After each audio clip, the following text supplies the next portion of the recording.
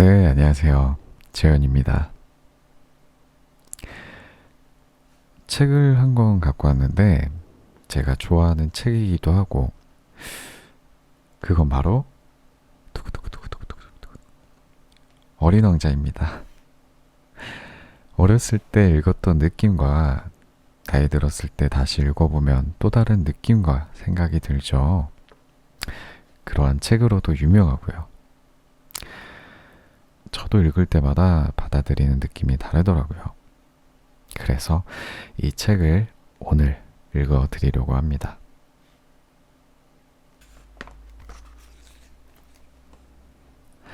그럼 어린 왕자 시작하겠습니다. 레옹 베르트에게 이 책을 어른에게 바친 데 대해 어린이들에게 용서를 구한다. 나에게는 그럴 만한 이유가 있다.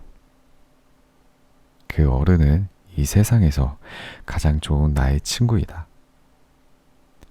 그리고 그는 무엇이든지 이해할 수 있으며 심지어 어린이들을 위한 책들까지도 이해한다. 마지막으로 그는 프랑스에서 살고 있는데 굶주림과 추위에 떨고 있다. 그에게는 위로가 필요하다.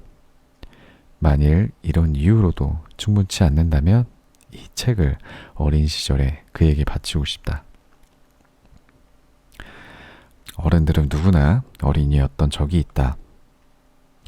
그러나 그걸 기억하는 어른들은 별로 없다. 그래서 그에게 바치는 글을 나는 이렇게 고쳐 쓴다.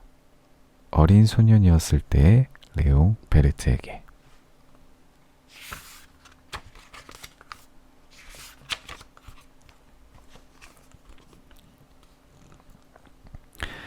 여섯 살 때 정글에서 실제로 일어난 일들을 적은 체험한 이야기들이라는 책에서 나는 멋진 그림을 본 적이 있다.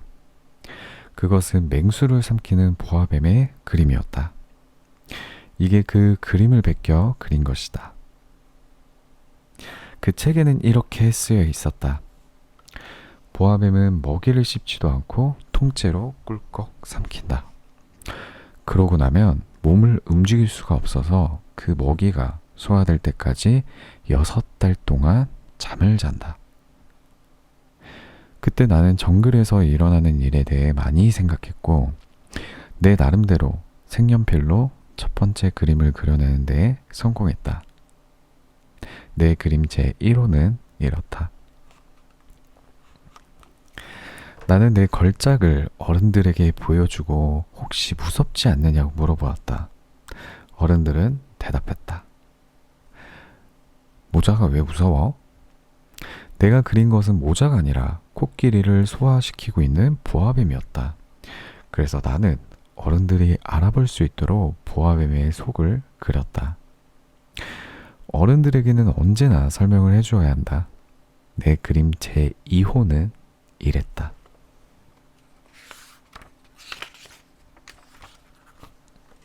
그러자 어른들은 속이 보이는 보아뱀이나 안 보이는 보아뱀의 그림 따위는 집어치우고 차라리 지리나 역사, 수학이나 국어를 공부하라고 충고했다.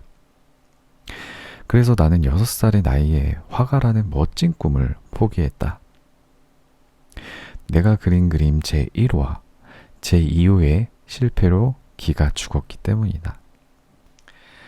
어른들은 혼자서는 아무것도 이해하지 못해서 어른들에게는 항상 설명을 해줘야 하는데 그것이 아이에게는 여간 피곤한 일이 아니다. 나는 결국 다른 직업을 택해야만 했고 비행기 조종을 배웠다. 비행기 조종사가 된 나는 온 세계를 날아다녔다. 그때 지리 공부가 확실히 도움이 되었다. 한눈에 중국과 애리조나를 구분할 수 있었으니까. 그리고 특히 밤에 길 잃었을 때에는 더욱 유익했다. 나는 살면서 수많은 진지한 사람들과 만남을 가졌다. 오랜 세월을 어른들과 생활하면서 그들을 아주 가까이에서 지켜보았지만 그들에 대한 내 생각은 달라지지 않았다. 조금 똑똑해 보이는 어른들을 만나면 나는 언제나 가지고 다니던 그림체 1호를 꺼내 그를 시험해 보곤 했다.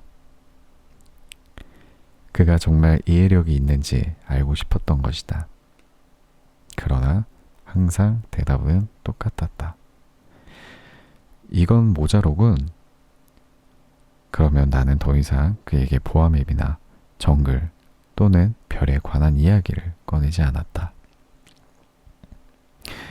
그저 그 사람이 이해할 수 있는 브리지 게임이나 골프, 정치나 넥타이 같은 이야기를 했다. 그러면 그는 사리분별을 할 줄 아는 사람을 알게 되었다고 기뻐하곤 했다.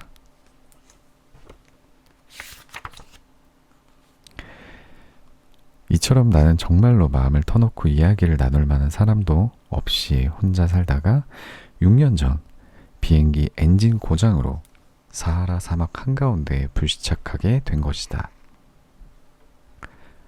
정비사도 승객도 없었기에 나는 혼자서 그 어려운 수리 작업을 해야 했다. 그것은 사느냐 죽느냐 하는 문제였다. 마실 물도 고작 일주일치 뿐이었다. 첫날 밤 나는 사람들이 사는 곳으로부터 수천 마일 떨어진 사막에서 혼자 잠이 들었다.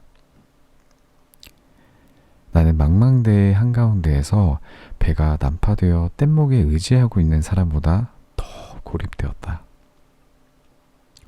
그러니 동이 틀 무렵 잠을 깨우는 이상한 소리에 내가 얼마나 놀랐겠는가.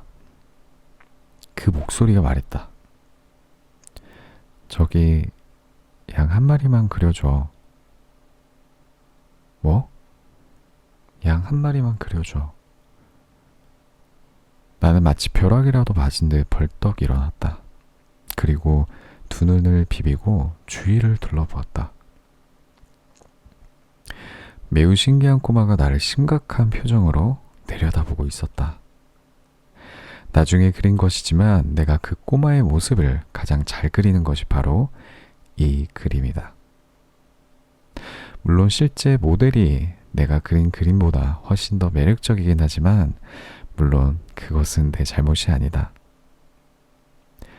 어른들 때문에 6살의 나이에 화가로서의 나의 인생이 좌절된 뒤 속이 보이는 보아뱀과 속이 보이지 않는 보아뱀을 그린 것 외에는 어떠한 그림도 그린 적이 없었기 때문이다. 난 놀라 휘둥그레진 눈으로 갑자기 나타난 그 아이를 바라보았다.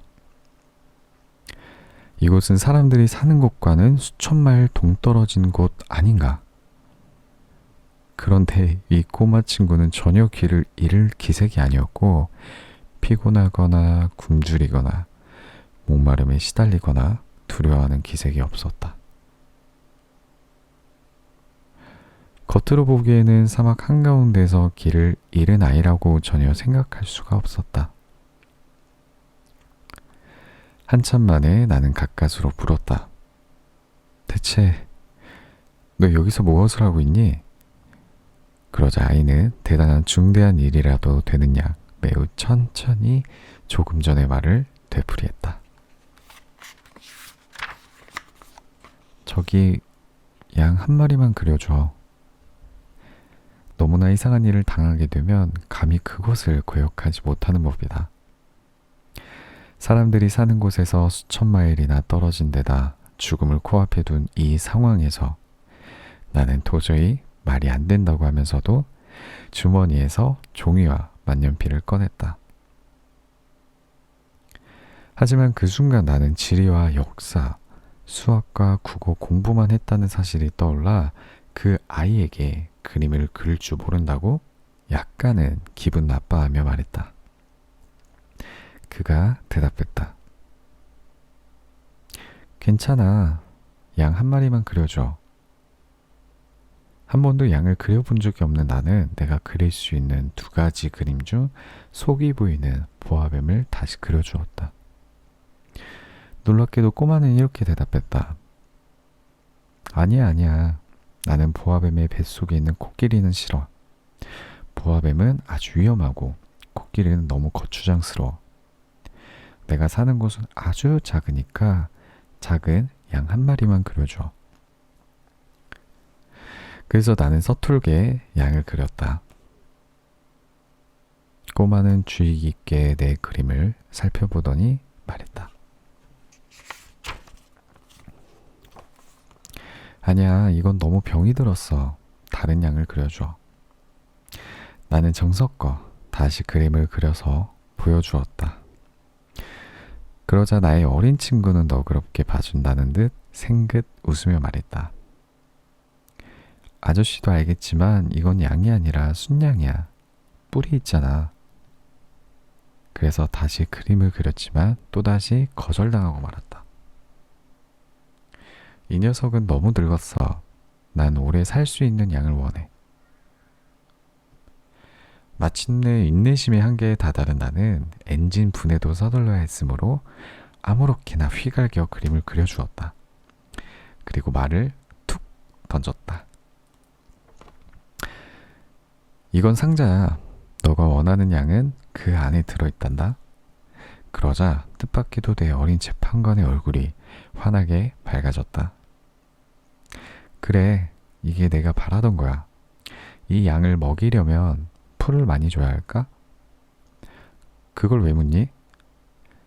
내가 사는 곳은 아주 작거든. 충분할 거야. 내가 그린 양은 아주 작거든. 꼬마는 고개를 숙여 그림을 들여다보았다. 그렇게 작지는 않은데 이런, 양이 잠들었어.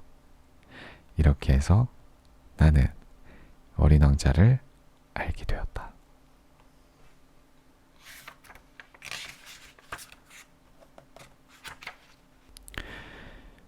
어린 왕자가 어디서 왔는지 알기까지는 오랜 시간이 걸렸다.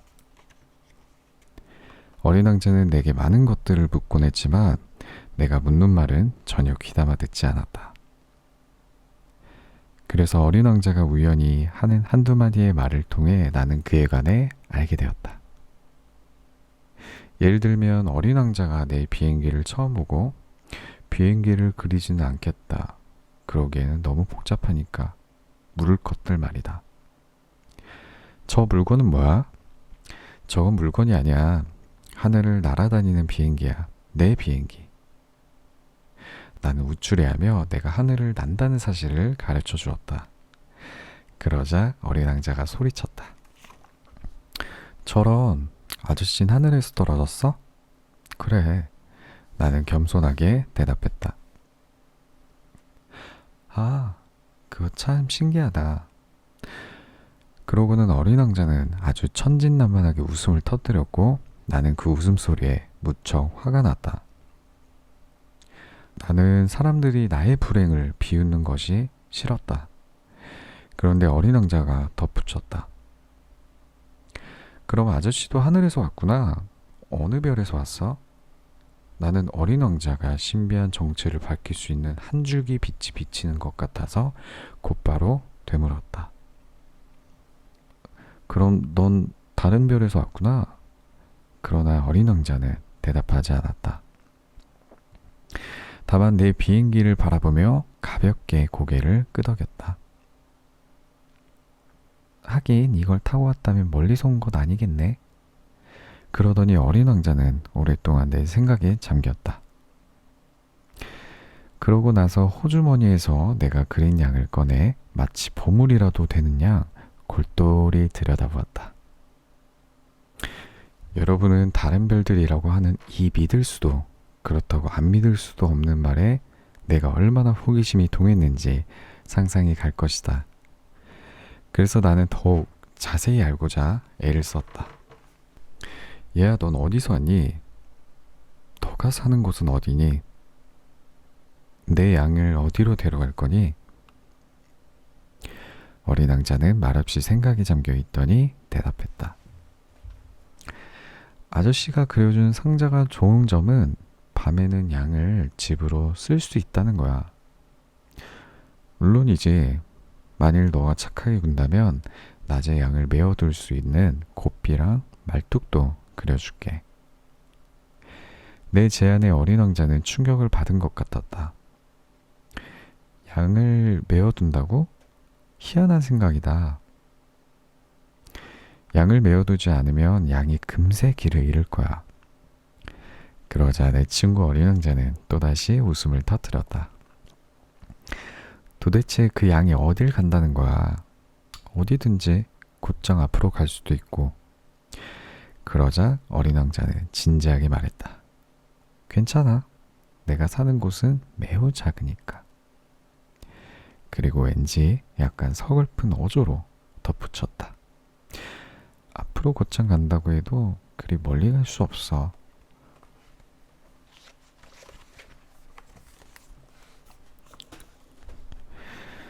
나는 이렇게 해서 아주 중요한 두 번째 사실을 알게 되었다. 그것은 이 어린 왕자가 태어난 행성이 겨우 집 한 채의 크기만 하다는 것이다. 그러나 그러한 사실에 나는 별로 놀라지는 않았다. 나는 지구, 목성, 화성, 금성처럼 이름이 붙여진 커다란 행성들 이외에 천체 만환경으로도 식별할 수 없을 만큼 아주 작은 수백 개의 다른 별들이 있다는 것을 잘 알고 있었다. 천문학자가 그런 별들 중 하나를 발견하게 되면 그 별에 이름 대신 번호를 붙인다. 예를 들면 소행성 325라고 부른다. 어린 왕자가 떠나온 행성이 소행성 B612일 것이라고 내가 믿는 데에는 그럴 만한 이유가 있었다. 그 소행성은 1909년 한 터키 천문학자에 의해 천체 만환경으로 딱 한 번 관찰된 적이 있었다. 그래서 그는 국제천문학회에서 자신의 발견을 대대적으로 증명해 보였다. 그러나 그의 옷차림 때문에 아무도 믿지 않았다. 어른들은 늘 이런 식이다. 그런데 소행성 B612의 명예를 되찾기 위해서는 참으로 다행한 일이 일어났다. 터키의 독재자가 백성들에게 유럽식 의상을 입으라고 명령을 내린 것이다. 만일 이것을 어기면 사형에 처한다고 엄포를 놓았다. 결국 그 천문학자는 1920년 매우 우아한 옷차림으로 자신의 발견을 다시 증명해 보였다. 이번에는 모든 사람들이 그의 의견에 동조했다. 내가 소행성 B612에 관해 이렇게 상세하게 이야기하며 또 그 번호까지 밝히는 이유는 모두 어른들 때문이다. 어른들은 숫자를 좋아한다. 만일 여러분이 어른들에게 여러분의 새로운 친구에 대해 이야기하면 어른들은 중요한 것에 대해서는 결코 묻지 않는다. 그 아이의 목소리는 어떠니? 그 아이가 좋아하는 놀이는 뭐지? 그 애는 나비를 수집하니? 등에 절대로 묻지 않는다. 나이가 몇이니? 그 애는 형제가 몇이니? 몸무게는 얼마지? 그 아이의 아빠는 돈을 얼마나 버시니? 등을 묻는다. 그리고 그러한 것들로 친구에 관해 모두 안다고 믿는다. 만일 여러분이 어른들에게 매우 아름다운 장밋빛 벽돌집을 보았어요. 창문에 제라늄이 피어있고 지붕 위에 비둘기들이 앉아있는 이라고 말한다면 어른들은 그 집이 어떤지 머릿속에 잘 떠올리지 못한다. 그럴 때는 이렇게 말해야 한다. 10만 프랑짜리 집을 보았어요. 그러면 어른들은 얼마나 훌륭한 집일까 하고 감탄한다. 그러므로 만일 여러분이 어린 왕자가 매우 멋진 아이였고 방글방글 웃으며 양 한 마리를 원했어. 누군가 양을 갖고 싶어 한다면 그건 그가 살아있다는 증거야 라고 어른들에게 말한다면 어른들은 어깨를 으쓱하고는 여러분을 어린애 취급할 것이다. 반면에 어린 왕자가 온 행성은 소행성 B612야 라고 말한다면 어른들은 곧 알아듣고 여러 가지 질문들로 여러분을 귀찮게 하지 않을 것이다. 어른들은 모두 이렇다. 어른들을 원망해서는 안 된다. 아이들은 어른들에게 아주 관대해야 한다. 물론 삶을 이해하고 있는 우리들에게는 숫자 같은 건 대수롭지 않다. 나도 이 이야기를 동화처럼 시작하고 싶었다. 이를테면 이런 식으로 말이다. 옛날 옛적 자기보다 조금 클까 말까한 행성에 살고 있는 어린 왕자가 있었습니다. 친구를 갖고 싶었던 어린 왕자는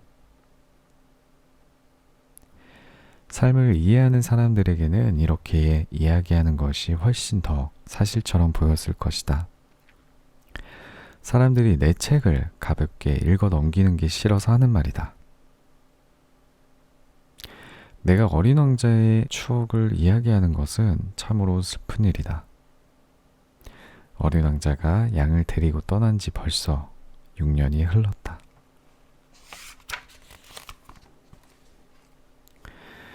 그런데도 내가 이처럼 글을 쓰는 것은 그를 잊지 않기 위해서이다. 친구를 잊는다는 것은 슬픈 일이다. 모든 사람들에게 진실한 친구가 있는 것은 아니다. 또한 내가 어린 왕자를 잊어버린다면 오로지 숫자에만 관심을 쏟는 어른들처럼 될지도 모른다. 그림 물감 한 갑과 연필 몇 자루를 산 것도 모두 이 때문이다. 6살 때 속이 보이는 보아뱀과 속이 보이지 않는 보아뱀을 그린 것 외에 아무것도 그리지 않던 내가 이 나이에 다시 그림을 시작한다는 것은 무척 어려운 일이다. 물론 가능한 한 나는 어린 왕자의 모습과 가장 비슷하게 그리려고 시도할 것이다. 그렇지만 잘 그려낼 자신이 없다. 어떤 그림은 그런대로 괜찮지만 또 어떤 그림은 어린 왕자가 전혀 닮지 않았다. 어린 왕자의 키도 여기서도 너무 클 수도 있고 또 저기서는 너무 작을 수도 있다. 물론 옷 색깔이나 모양도 다를 수 있다. 이처럼 더듬거리며 그려 나가다 보면 아주 중요한 부분을 잘 못 그릴 수도 있다. 그러나 그 점에 대해서는 너그러이 용서하길 바란다. 내 친구는 결코 내게 설명을 해준 적이 없으니까 말이다. 어쩌면 어린 왕자는 내가 자기와 비슷할 것이라 생각했을지도 모르겠다. 그렇지만 불행히도 나는 상자 속에 양들을 꿰뚫어 볼 수는 없었다. 나도 어쩌면 조금은 어른들과 닮았나 보다. 아마 나도 어쩔 수 없이 늙었나 보다. 오늘은 여기까지 읽고 앞으로 이처럼 챕터를 나눠서 읽어드릴게요. 오늘 하루도 너무 고생했어요. 다들 잘 자요.